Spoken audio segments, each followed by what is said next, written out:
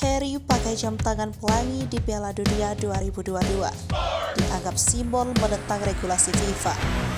Striker timnas Inggris, Harry Kane, terlihat memakai jam tangan warna pelangi.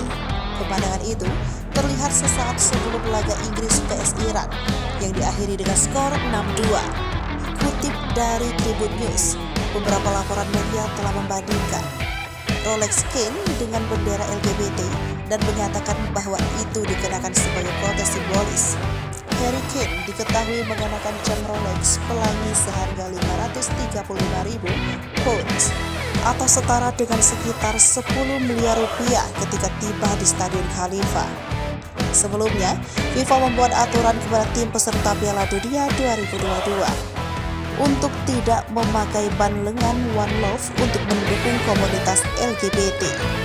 Sebelumnya, Harry Kane dan 6 kapten lain sempat berencana untuk memakai ban kapten One Love. Mereka hendak memakai ban kapten tersebut untuk menunjukkan penentangan terhadap diskriminasi. Namun, ketujuh negara itu mundur begitu FIFA mengacam memberikan hukuman jika mereka melakukannya.